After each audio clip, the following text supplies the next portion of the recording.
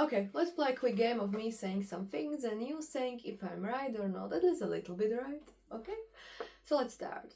You didn't plan on falling in love with them, did you? You just wanted to spend some time with them, to experience perhaps something new, to meet somebody, to have fun, perhaps to share some nights with them, but nothing serious. You just wanted to laugh, to have just this peace of mind, to not think about anything, to not care about all this adulthood mess. You just wanted to be in present moment, didn't you? But as the time went on and they started to show you all their sides and all their amazing actions and the way they made you feel, the way they made you laugh and all the times they held you and the way they cared for you, you slowly started falling in love with them, didn't you? And maybe, perhaps you didn't even realize that it was happening at first, or maybe you were scared to realize, or maybe you just didn't even want to realize, like those emotions are adulthood mess, or they can be in that part of adulthood mess. So you just didn't want to think about it or care about it or give it your energy. So you kind of like swipe it to the side and were still living in that present moment. But then something happened and they broke your heart. And that's the moment you truly realize that you indeed fell in love with them, that you are in love with them, that you love them. Didn't it happen or something similar? Maybe yes, maybe not, but that's definitely something that happened to me.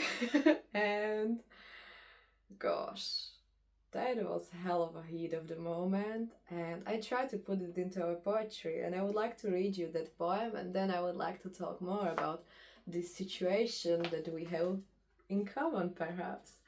The poem is called Gentle Fortress. It's from my poetry book Sunsets and Cliffs. So, let's go. My heart is a gentle fortress, easy to locate the address, hard to gain access, but you had to take the Starlight Express. In the basement, Demons Hall Congress, gleaming laughter in the halls kills the stress, doors with titan plates and goldenly engraved names, rooms ready to be used, clean of any mess. The locks never opened, ready to hold the press. Endless gardens where only a few can seek their refuge, healing their battlefield wounds under the blooming tree. Without any fee, they can sip tea, seek guidance without falling to their knees, rest their souls in me.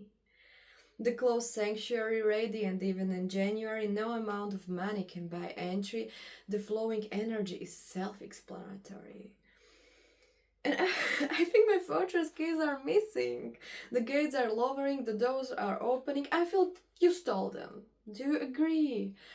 My treacherous heart is engraving your name on the metal plate, and maybe it was the little traitor who dropped the keys bait, sneakingly watching as you pick them with a high pulse rate, celebrating its little scheme crate, locking up its fate. Gosh, he looks so beautiful, the heart whispered. I was watching you from above, our skin a little red. You were lying on your back, hands bent behind your head, the loudest thoughts that were not heard. I should have recognized those hard talks, then perhaps I could have changed the logs, maybe relocate the whole freaking fortress behind the rocks, somewhere I wouldn't be tempted by those luring dogs. I never planned to mark you on my map, yet now you're my favorite lab. I keep pivoting in your directions, it feels like a trap. It keeps redesigning parts of my fortress in a snap. Never planned to accommodate you on my floors, nor to give you private tours or the best views of the gardens, but you made my mind stop all the wars. And it did not detect any sneakiness, finding sanctuary in your presence cheekiness, also did not care about adulthood mess, bringing to the forefront the childhood's playfulness. My heart was intensely observing, your hands around my keys and hips were securely curving, always carrying and caring, the ideas of future memories kept us thinking. I gifted you access to the secluded parts, searching for you whenever we took parts, basking in your familiar scented art, hoping the lingering scent would never depart. My heart danced when my nose was seduced, taking pride in carrying you with me, not needing to be excused, wanting to steal it and make it misused, to lock it in and make myself infused. You were keeping my fortress occupied, and my smiling heart plotting some undercover renovations inside. My eyes were locked on your mansion, my untapped guide, making the other houses hide beneath the tide.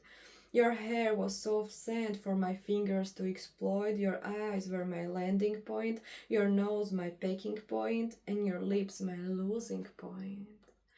You opened the doors for me, making me the party filled with tea, guiding me with a hand on my lower back, allowing me to be worry free, holding my hand during all our taxi rides, carefree. Now the doors are forcefully shut, not giving me any time to adjust, cuts all over my heart, leaving me in this hut. I can feel it in my gut. My nose can no longer smell your scent, but it lives in my heart and pays no rent. Wanting to take a deep breath of content, to have you here in the present. The idea of the other smells is inappealing. I do not like any other points revealing, so I keep staring into the ceiling, hoping the mansion is only renovating.